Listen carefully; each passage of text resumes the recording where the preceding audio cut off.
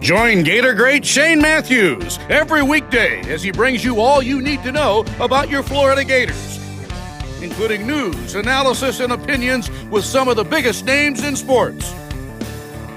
Find us on Spotify, Apple Podcasts, Google Podcasts, or wherever you listen to your favorite podcasts. Or watch us live at 8 a.m. on Facebook, YouTube, and Twitter.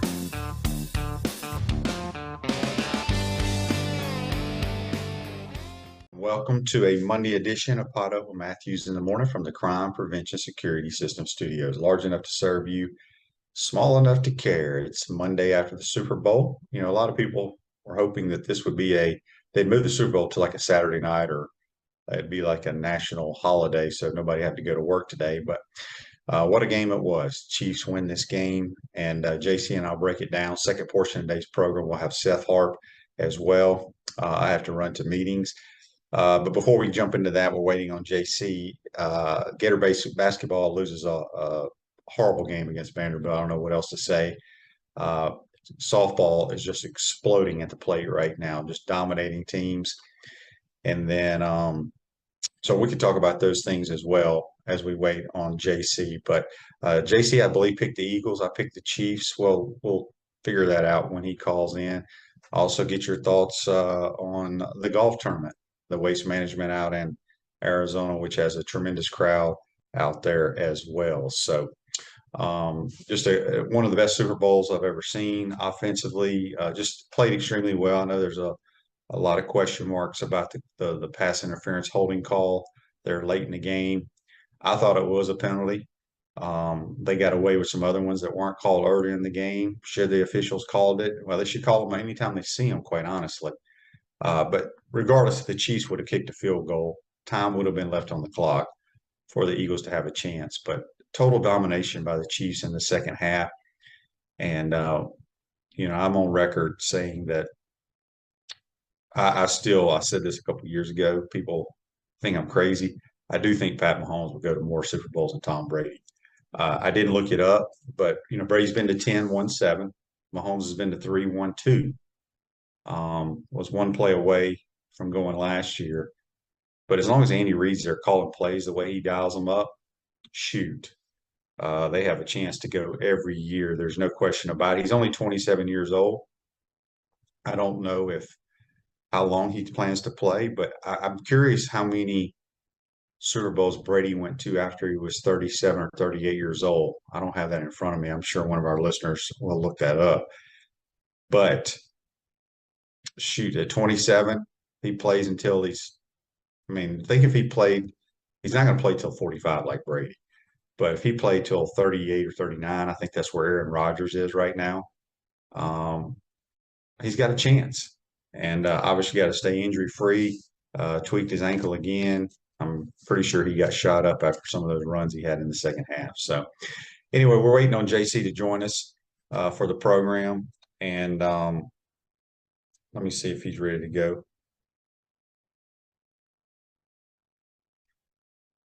Thoughts on the Gator basketball team? Just an inexcusable loss to Vanderbilt. Their tournament hopes are not looking good.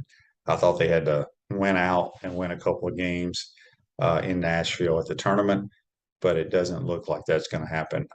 Gator baseball cranks up this week. Also, the Orlando Guardians, the XFL, cranks up Saturday night. We have the primetime game. I think the first game of the year is on at 4 o'clock. We're at 8 o'clock against the Houston Roughnecks. So it should be interesting. We'll see how that goes. It's very strange not knowing what to expect from anyone. In college, at least what the team did the previous year. You can watch tape on, or if they brought in a new coordinator, you can look. In this case, you can look at where coordinators and stuff came from previously, or head coaches or what have you. But there's just so much uncertainty. So it should be a lot of fun. We'll see. You're in the market to buy or sell your home. Don't ring. We be a realtor with Caldwell Banker, Emma Parish, will value with fast, friendly, reliable service. Call her today at 352-562-1411 to help your dreams come true. Back to the game. And we'll get JC's thoughts on it. I'm sure he has some other thoughts than I do. I just think Andy Reid is a phenomenal schemer and play caller, as good as I've ever seen. A couple of touchdowns that Pat Mahomes threw there in the second half, one to Kadarius Toney and one to number 24. I can't think of his name. Just well designed, about as easy a execution as you'll ever find. Just picking on the man covers that the Eagles had. But Kadarius Toney had a huge punt return for sure that helped spark the Chiefs to the victory. So some Gators get Super Bowl rings, a few others don't. But it was a very well played game. Not sure where JC is, and we'll wait to see what he has to say. A couple of texts from the over the weekend on the Titan and More text line. It's from an anonymous texter. Says, wouldn't it be cool to see a conference challenge in football like the SEC, Big 12, and basketball? I guess he's referring to, yeah. Well, it's very difficult to schedule those type of things. That's the problem. Basketball's a lot easier to schedule them. But yeah, that would be cool. I think I already read that one. So anyway, still waiting on JC on the Titan MR hotline. When he comes in, we'll get his thoughts on the game. The waste management, it's crazy. I don't even know who won the waste management. I was so busy yesterday leading up to the game. Let's see who won it. I believe it was, no, Justin Rose won the previous week. It was Scotty Scheffler went back to back. Nick Taylor comes in second. John Rahm, 14 under par. So very good tournament. Very, very good tournament. I'll have to ask JC. I think we picked this game, this tournament. I'm losing my days with all our schedule and stuff of what's going on. So anyway, also congratulations to Coach Spurrier. I think it was Friday night. They named that one of the roads there, Celebration Point, Steve Spurrier Way. Well deserved. I saw some of the clips on Twitter. Werfel spoke. I know Doring was there. Some other former players, Batesy. So well deserved. I think they should rename University Avenue in honor of Coach. So we shall see what happens there. But that was very cool. Very cool. Congratulations to Freddie Weeby and all the folks that were in charge of that. And we're still waiting on JC. So any other thoughts that you may have out there, shoot them our way on the Titan MR text line. Again, at the second portion of today's program, we'll switch it over to Seth Harp, let him finish it up. And it says JC is in, so we will join him. JC, are you there? Can you hear me? I believe he is still connecting. Got some shadow issues on my JC. Good morning. Yeah. You're on the Titan MR hotline. Okay. All right. Are you wearing a Chiefs hat today, I'm assuming? No, I'm going with the basketball right now. The Chiefs, this game was hard for me because I didn't know who to pick. I did like the total over, though, over 50.5, 51, something like that. That to me seemed like a no-brainer, and they got that at the beginning of the fourth quarter. But I'll tell you, QB, speaking of the fourth quarter, to end the game on a call that may or may not have been a penalty. I don't know. I mean, it was a penalty. It was a penalty. Whether it should have been called or not is a different discussion, but it was a penalty. Then if it was a penalty, it should have been called. But you ask some other fans, and they think it was a discretionary, arbitrary type call. Well, as you said, fans. But by the book, the rule of football, that was holding pass interference. Yeah, it's too bad because I tell you, they had 9 penalties in the entire game, 6 on Philly and 3 on Kansas City. And this was one of the most entertaining games I've seen in the Super Bowl because, QB, you and I both have seen a lot of duds in the Super Bowl. We saw blowouts. We've seen boring games. We've seen games where they couldn't score. This one was about as good as you could have asked for. And I just feel it just kind of felt a little empty at the end, the way it ended. Now, if they don't call that penalty, then KC kicks a field goal. They go up by 3, and there's still plenty of time for Philadelphia to either win, kick a field goal, or lose. And I almost kind of wish we had seen that. But having said that all, congratulations to the Chiefs. They are the Super Bowl champions. I don't think anybody's really surprised by what Patrick Mahomes has done, what he's capable of. That's 2 Super Bowl championships in 4 years. Same for Andy Reid. And that organization has nothing but continued upside to the left because, I mean, I don't think anybody's going anywhere in Kansas City. You know what I mean? No. I said earlier in the program, and I've said it multiple times for the last couple of years, I am the only moron in America that thinks he will go to more Super Bowls than Tom Brady. So what I brought up before you joined us, JC, he's been to 3 in 5 years. Yeah. He's only 27. Right. I'm curious, and I don't have it in front of me. Maybe you do, or maybe you know this. Oh. How many Super Bowls after like age 37 did Brady go to? I'm going to say at least 3 or 4. And I think he's 45 now. So, the last one he played in was in 2020, right, against the Chiefs. So that would have put him at 42. And then I'm guessing he was in 2 more before then. Yeah. I'll say 3. Yeah. I mean, if Mahomes stays healthy and Andy Reid stays there, I mean, Aaron Rodgers is 39, I believe, this year. Drew Brees was 40 something when he retired. So I just think he's as good as I've ever seen. I mean, there's a lot of good young quarterbacks. You got Josh Allen, you got Joe Burrow, who's been to 1 Super Bowl in 3 years and had a chance to go to another one this year. So it's tough, but he's as good a quarterback as I've ever seen. Well, I know. You can't argue with that. I mean, the guy plays through pain. He plays injured. He plays in bad weather. He does everything at the position to allow your team to get in the end zone as well as anybody in history. So, I mean, you have to really say that the match with him and Andy Reid, with the play calling of Andy Reid, and let's give the Chiefs offensive line some credit too. Last night, I thought they were quite good. I thought Philadelphia's offensive line, this might be the best offensive line I've seen since the 90 Cowboys teams when they were blowing up holes for Emmitt Smith. I mean, these guys, this was the best Super Bowl with the best 2 teams we've had. And, not just survivors, but these were the best 2 teams all season long. Well, you got to give the Chiefs, I think the biggest turning point in the game was the Chiefs defense in the second half. Philly did nothing until they kind of had a busted coverage on a deep ball to Devontae Smith that tied it up. But before that, they didn't do anything. And they only Chiefs were very good defensively. 11 points that Kansas City outscored them 24-11. So I would tell all Philadelphia fans who want to say the game ended because of a bad call, maybe that's true. But in the second half, Kansas City won that game, was the better team in the second half. And so, I mean, you gotta say, well, this game could have gone either way. And that's kind of the way the Super Bowl is. And I wouldn't be surprised if these 2 teams were back in it next year, QB. I mean, they've got everything you need, right? Yeah, no question. JC, are you one of those Super Bowl commercial guys? No, I really am not. And the thing is, there was one I saw last night. I think it was a Bud Light commercial that had the tone that you have on the phone when you're put on hold. And they were dancing in the living room. That was about the only commercial I think I liked or I saw, but I do not watch.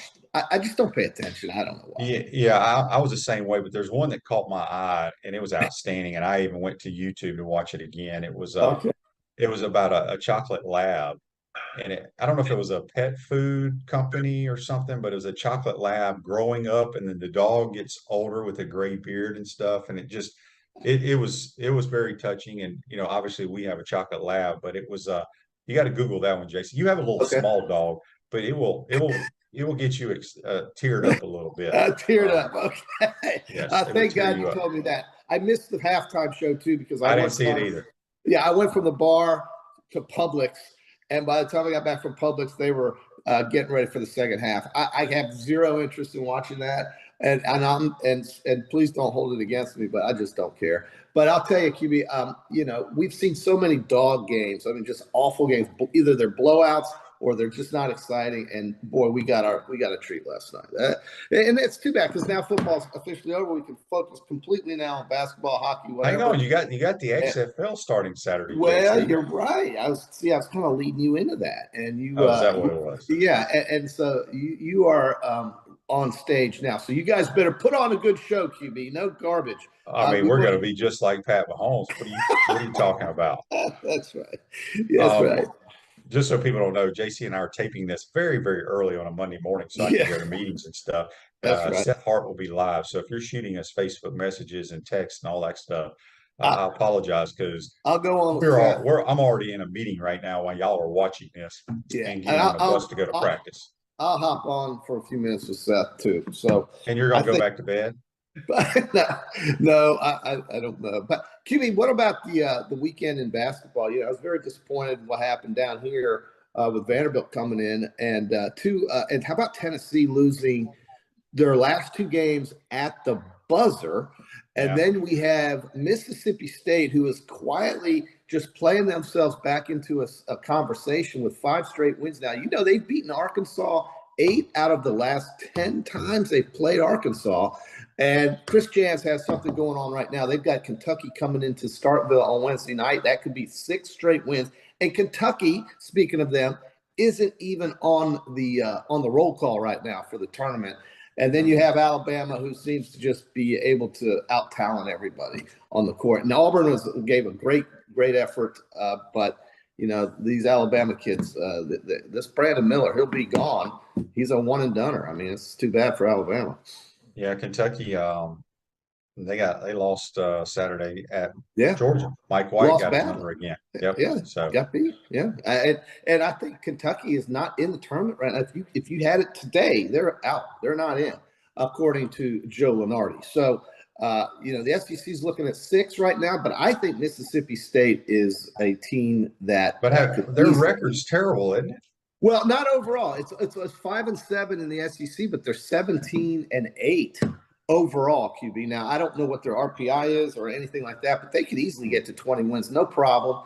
And they've won 5 straight games. I'm just saying, right now, today, they probably wouldn't be in. But if you look, we're only in February, and I think if they keep on this streak, they've won 5 straight, they could easily slip into this tournament. And with a couple wins in the SEC tournament, they'll definitely be in, I think, because they're going to have well over 20, 22 wins, maybe.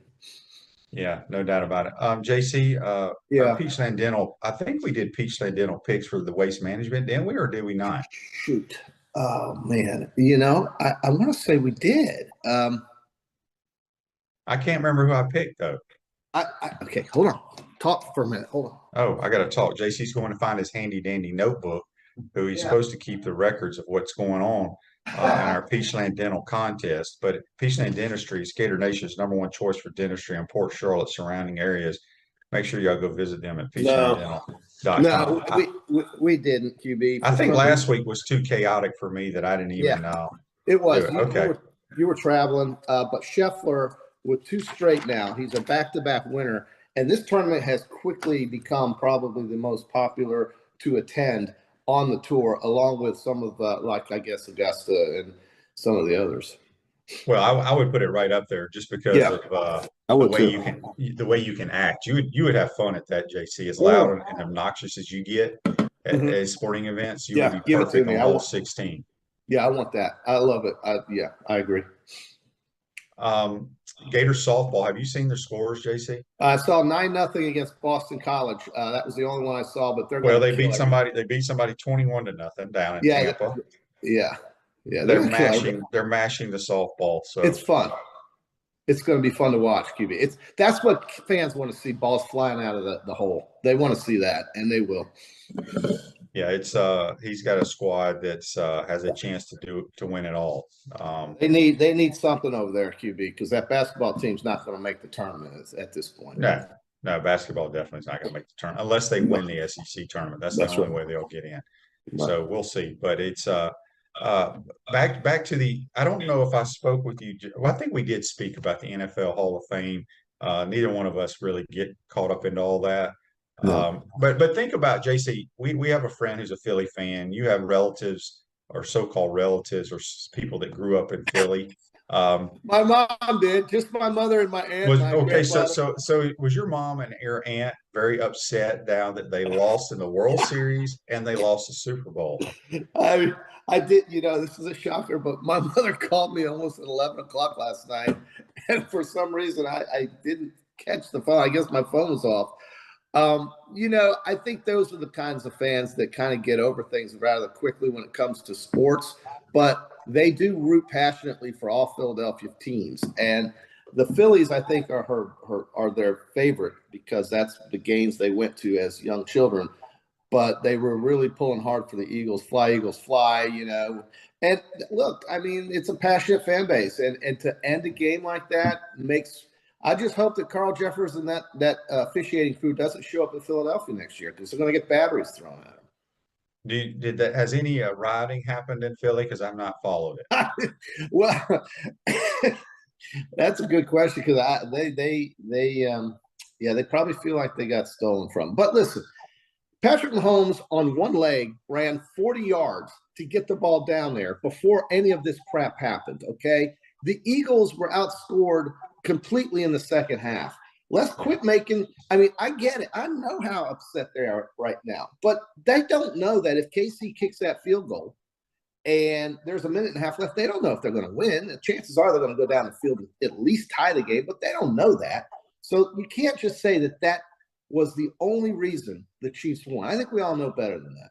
And even the smart Philadelphia fans who there are not many, but I do think the smart Philly fans realize that their team played a great game, but was clearly somewhat beaten in the second half. And you have to tip your cap. I tip my cap when Alabama loses to whoever, and it's just the way of sports. You can't. It's hard to get over. It really is. I get it.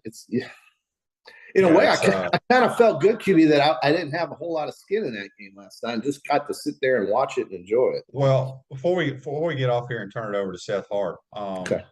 How did your silly prop bets go? Because I don't know what color Gatorade. What were your other things you chose? Well, I had Travis Kelce over 7.5 receptions, and that didn't happen, did it? He had 6, so that did not. And but I did call the coin flip tails. I got that right. And I had the over some odd minutes with Chris Stapleton singing the national anthem, which I thought was fantastic. I mean, you saw Chris Stapleton, right? And I even went back and watched it again on YouTube. Yeah, he's outstanding. He's tremendous. And Nick Sirianni, God bless him. He's tearing up and it really moves you. And to just know how lucky we are to be doing something like this on a Sunday night when half the world's on fire. I certainly believe that there were a couple other ones. I didn't see the Gatorade bet, but Mahomes was way under his passing yardage as well. And that's kind of hard to believe, really, because he didn't have the ball. That's why. That's right. And that's that. He only had 182 yards through the air. He was 21 of 27 with 3 passing touchdowns, but not even 200 yards in the air. It's like you said. Pacheco was one I had that had over something like 15.5 receiving yards, and that I'm sorry, not Pacheco, but Schuster over 5 receptions, and then there was something over 15.5. So but yeah, I did okay. There were some crazy. I mean, QB, I just got to tell you that my son, he's very into this kind of thing. He had some props that he was telling us about that just like, would Peyton Manning be seen before Eli Manning? How many times would Roger Goodell be shown? Over 1.5. I mean, wow. He had would Chris Stapleton's hat be black at the national anthem? The Gatorade thing, blue or green. Player who pours the Gatorade would be a defensive player. Chiefs over 3.5 punts is hilarious. That's how some of these kids do it today. I just like over-unders and sides. Give me over-unders and sides, QB. And we hit the over. That was my favorite. That's what I told you. All right, JC. Well, we got to get out of here. I got to get. You got to go. We're going to turn it over to Seth Harp. We appreciate you waking up and giving us your thoughts. We're going to, as I said, turn it over to Seth Harp. Enjoy your day, folks. We'll see you tomorrow. We're going to take a quick time out. You're watching and listening to Podup Mathews in the Morning from the Crime Prevention Security System Studios. We'll be right back. We want to take this moment to thank our sponsors who keep the show going and pay the bills. Our premium sponsors are Crime Prevention Security Systems, large enough to serve you, small enough to care. Titan MRI, Gainesville's only locally owned and operated MRI facility. Meldon Law, the only official injury and accident law attorneys of the Florida Gators. Peaceland Dental, Gator Nation's first choice for dentistry in Port Charlotte. Comfort Temp, comfort is our business, peace of mind is our promise. Campus USA Credit Union. QC Kinetics, live pain-free with QC Kinetics. Dave & Buster's, eat, drink, play, and watch. Our gridiron sponsors are Auto ER, UF Bookstores, Celebration Point Town Center, Chris Doring Mortgage, Silverback Concrete Co., Rue's Ogre State Farm Insurance, Doreen Wibby, Realtor Caldwell Banker, MM Parish. Our touchdown sponsors are Adams Ribs, Gator Dominoes, Celebrate Primary Care, Gator Bait Media, Okido America, Style Cuts, Ironwood Golf Course, Big Mills Cheesesteak, McDonald's of Gainesville, 84 Lumber, Tropical Smoothie Cafe, Aver and Smith, Dowling Signs, Baker's Sporting Goods, Silver Q Billiards and Sports Bar. If you're interested in promoting your business on the show, call Freddie at 352-284-3733. If you like what we're doing here, make sure to follow us and support the businesses that support us. Hi, Steve Spurrier here. You know, making a reservation at my restaurant is easier than a Saturday afternoon homecoming game against Vandy. You don't have to call or email. Just go to spurriers.com, hit the reservation button, pick a date, a number of guests, and a time.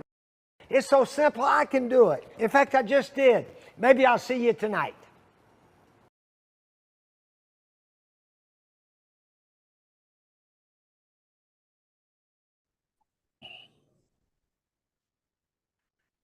Seth Harp on Sports, second half of the Podup with Mathews in the Morning podcast. Of course, JC joining me as well, or I'm joining JC as Shane just exited stage right.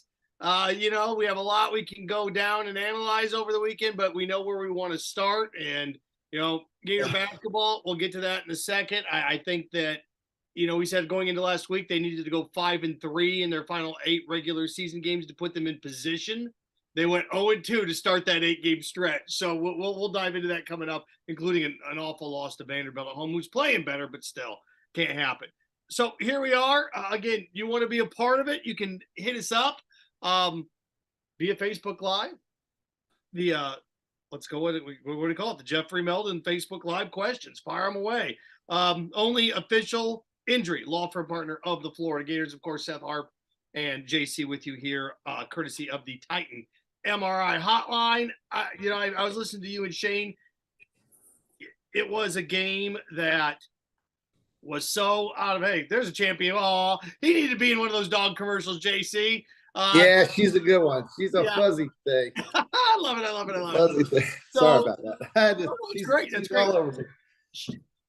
It was one where the Chiefs dug themselves a hole. The Eagles like to get out to a big lead, or always like to get out to a lead.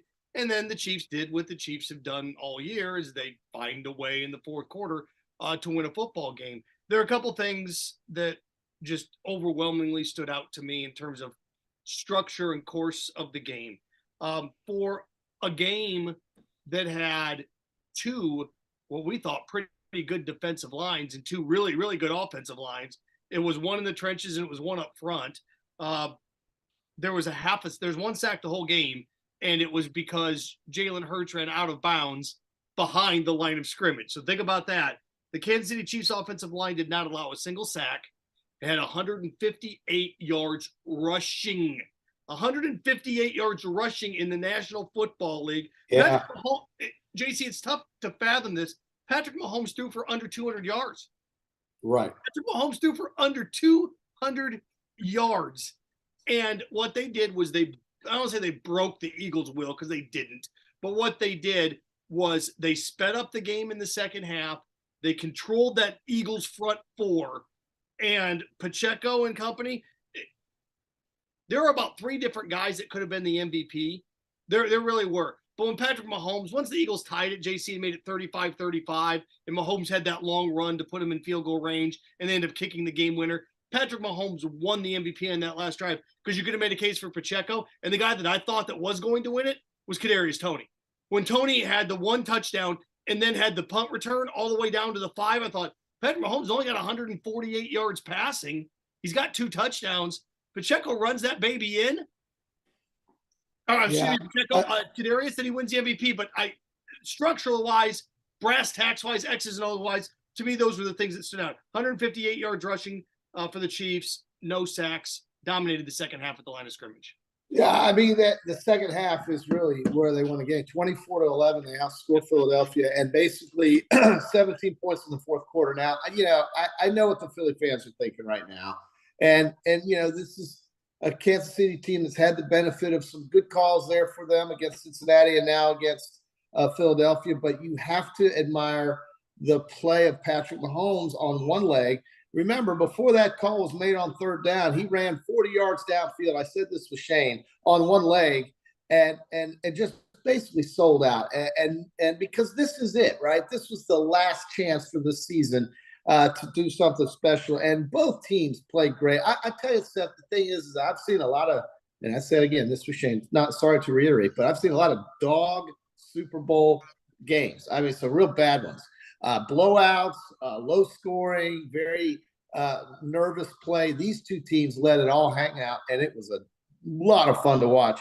And somebody has to win, somebody has to lose. That's just the way it goes. But to be in the Super Bowl 3 out of the last 5 years, Seth, I think this team is going absolutely they're not going away. They will continue as long as Andy Reid and Pat Mahomes and I guess Kelsey are still intact. Yeah. And the thing is, the Eagles are in salary cap purgatory, but they got to pay Jalen Hurts.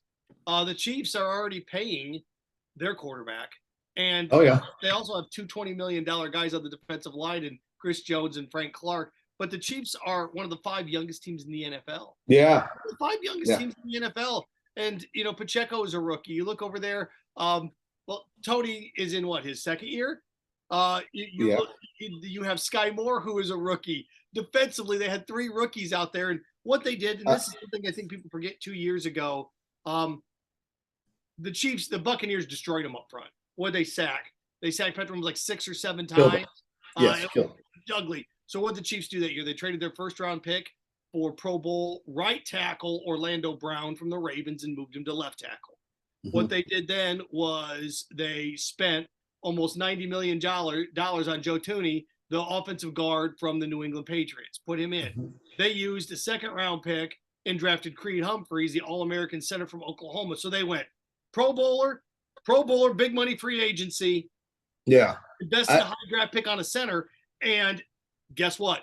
Last night it showed. Last night they invested in the offensive line show. Kansas City's offensive line played great, but so did Phillies. I mean, anytime you get a short yardage situation, my God, these guys are going to automatically get it. Hurts is one of the strongest quarterbacks, lower body quarterbacks in the league. And certainly, I mean, these are 2 of the better offensive lines or best offensive lines in football. The Eagles' offensive line, to me, reminds me very much of what Dallas had in the 90s. And I'll say this for Kansas City. You're right. They're not going anywhere. They're going to be up there in the contention every year that these guys are still around. But look at that division now, Seth. You've got the Chargers. You're going to have the Chargers, to me, still are one of the most talented teams. They just can't seem to figure out how to win games. But you also now have a Denver team with Sean Payton coming in that I know at some point is going to get going. And so, to me, that division could be the best in football with Kansas City, Denver coming. I think they'll get better. I think the Raiders will get better. And I certainly think the Chargers are very good. So to me, the AFC was clearly, I think, as good or better. Well, maybe I'm wrong about that. Maybe the NFC was better. But Seth, listen, that's a great division. Kansas City's got it all going on right now. And congratulations to them. I know the Eagle fans are hurting right now. It's a tough game that somebody has to lose, unfortunately. And so that's just the way it worked out. What did you think of that call, though? I want to hear it from your perspective at the end of the game. Look, I think it's tough when you talk about an event that's 3.5 hours or 3 hours and then try to isolate it down to one play on the fight. But that's how sports work, right? LeBron going to the hole. Did he get fouled on the last shot? I'm just being in general terms now. So the thing is, I think if Patrick Mahomes doesn't throw the ball in that direction, it may not get called. But he did. Right. He got him twice, right? The first time he grabbed him as he pivoted out of the what was it? It was a hitch and go, right? It was like a hitch and go route. He pivoted out of it and he grabbed him.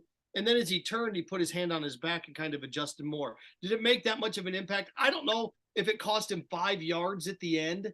But when you slow somebody down for a second is worth about 10 yards, right? That's why we run 4.40s. So I don't know how much of an impact it had. Would he have caught the ball? Would he have not caught the ball? No. But you can't determine that down the field on a defensive holding call, right? He didn't have a jersey. And what was amazing about that is he came out in the postgame show. You know, I give the Eagles a ton of credit from what they did up front, offensive line wise. I've never seen 1 yard in a cloud of dust like that ever. 4 times we saw it.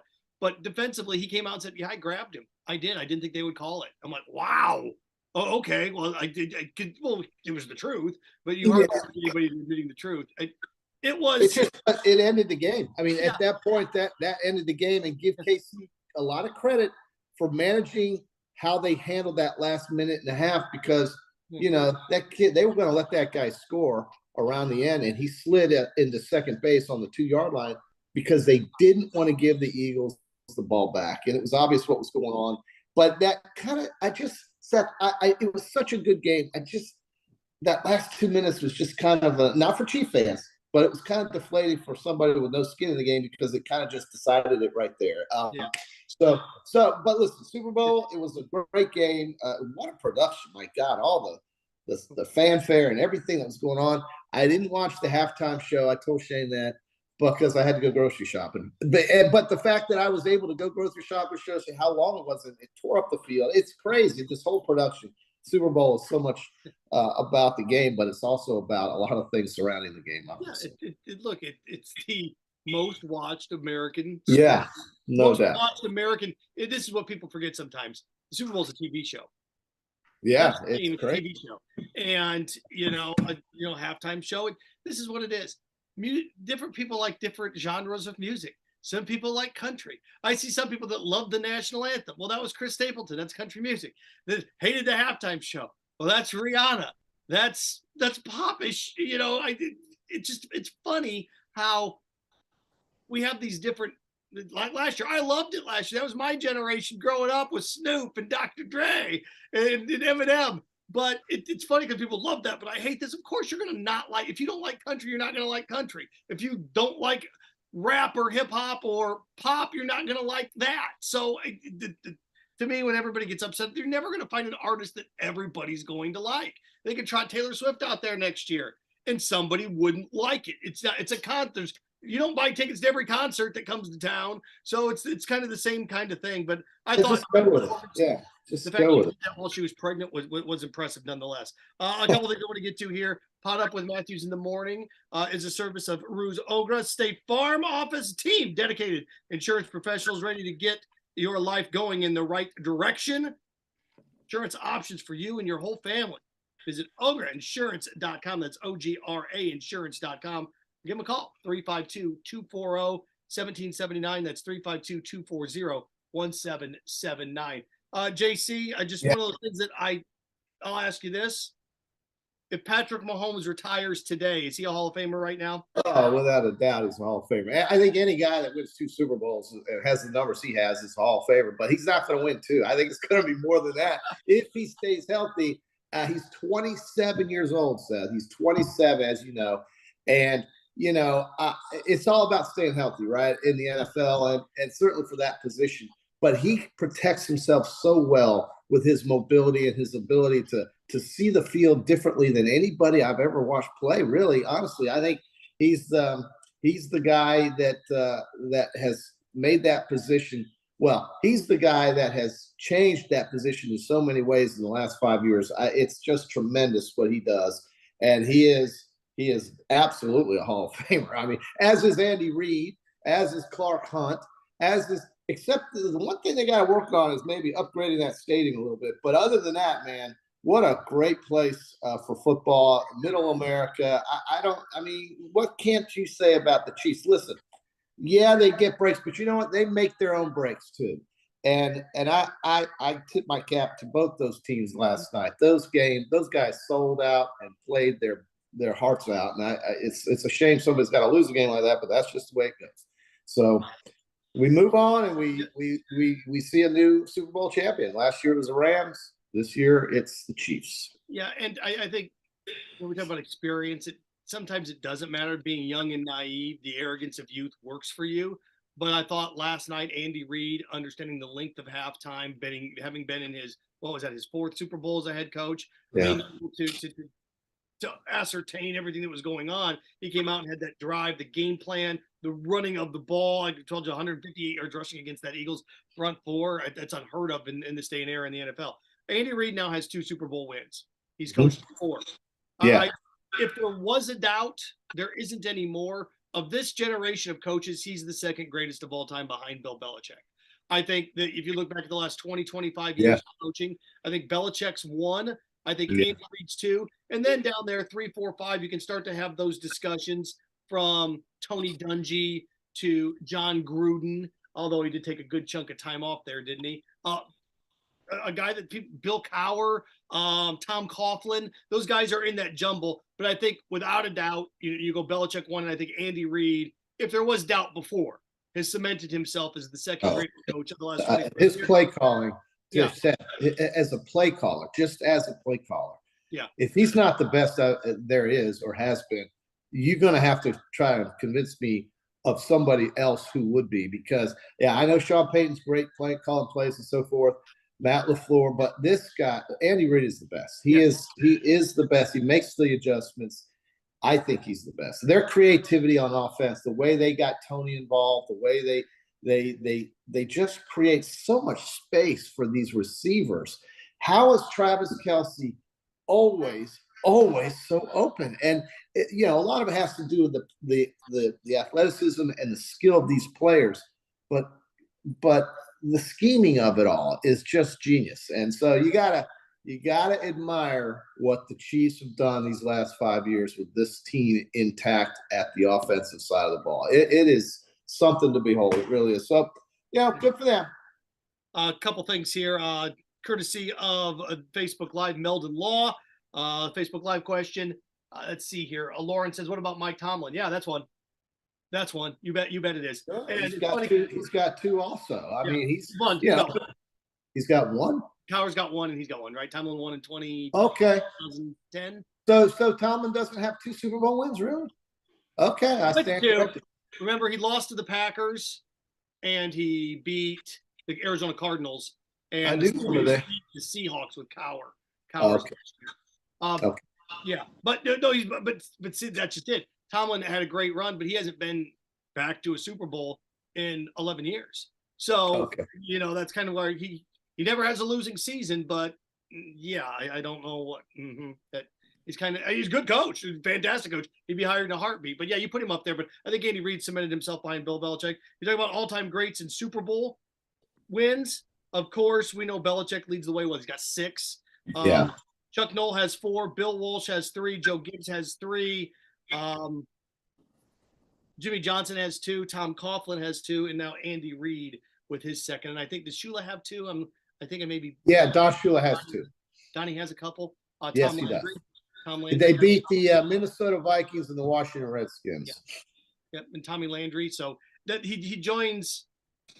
Winning 1 is great, and I can only imagine that euphoric feeling. But winning 2 kind of shows you, hey man, we're legit. We some people stumble in to wins every now and then, but you win 2. It's kind of like, okay, I just hit a 3. We'll prove it. Okay, I just did another one. So there you go. What else was I gonna tell you? Okay, I wonder what you do if you are everybody else in the league. I think the Eagles, the NFC's bizarre, right? You have the Eagles. Who knows what happens with Aaron Rodgers? The Vikings were a high seed that got dumped right away. The Cowboys will be right in the thick of things. Brady is gone. So the NFC changes. I'd like to say the Eagles could be right back here next year. I don't know if there's any question about it. The Cowboys are legit. The 49ers, depending on what they figure out at quarterback with Purdy, sure, they're going to be right there as well. The AFC, JC, the AFC, it could be the Bengals. It could be the Bills. You forget the Bills were the 1 seed in the AFC. It's better. I think it's better. I think the AFC's got the more superstars. just better all-around teams than the NFC. You know, if Minnesota was considered one of the better teams in the NFC, and look how they played at the end of the year. I think you've got some interesting stories in the NFC, like say Detroit, and I certainly think that you know the Eagles are clearly the class of that conference right now. I don't see anything changing with Philadelphia. You know, injuries can always play a part, but their offensive line is going to be back. Their quarterback, their playmakers. Brown will be back. Sirianni knows. You know, he created an offense that Jalen Hurts executes better than anybody in the league on that with that system, and has so much to offer. I can't see anybody beating the Eagles next year, you know, but this is why this is why we see, you know, the offseason will play a part. The draft is coming up. We'll see who stays and with whom and so forth. So, yes, I think the AFC, though, with what we have with Buffalo and Cincinnati. Is this kind of now goes back to the rearview mirror, or, you know, the season we put it in at least look back a little bit on it now. There are two things that I thought with both those quarterbacks that is a virtue that's lost, and that's patience. The Chiefs drafted Patrick Mahomes and sat him for an entire year behind Alex Smith. That's right. He played the final game of the year. They put him in. He wasn't even active. Yeah. So they wanted him to learn and watch. Jalen Hurts, a guy in Philadelphia, they were extremely patient with. JC, Eagles fans love him, but a year ago they wanted to get rid of him. Well, yeah, the Eagle fans are just fans, right? I mean, they're crazy, but the Eagles, their credit goes to their organization, the decision makers that got the players that Jalen Hurts needed to exploit his strengths, and he became all of a sudden a great passer. I'm telling you, Seth, I watched this kid in college at so many football games. Could barely get a first down. Alabama couldn't get first. The only reason they were so good when he played was because of their defense. It was amazing. And then Tua shows up. But anyway, we don't want to rehash all that. We all know how that happened.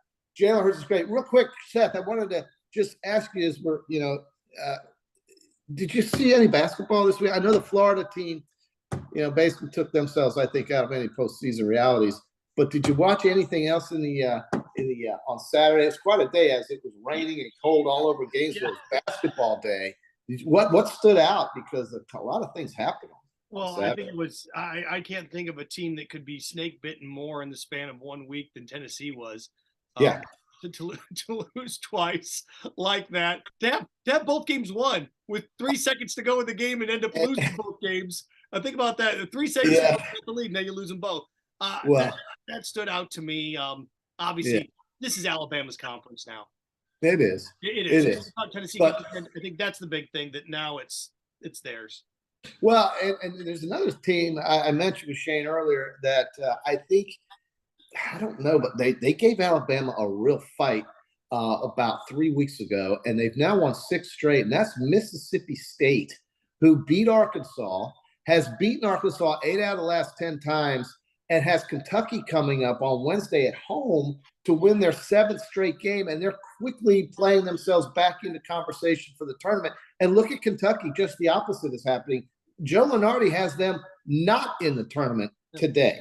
So that to me is a shocker when you're talking about a team like Mississippi State with a new coach playing them their way in, I think, and then a team like Kentucky with John Calipari, who is skinning fast. And it's amazing to me. You got, 6 teams right now in the SEC that you would look at as today being in the tournament, but that was before Kentucky's loss this weekend to Georgia.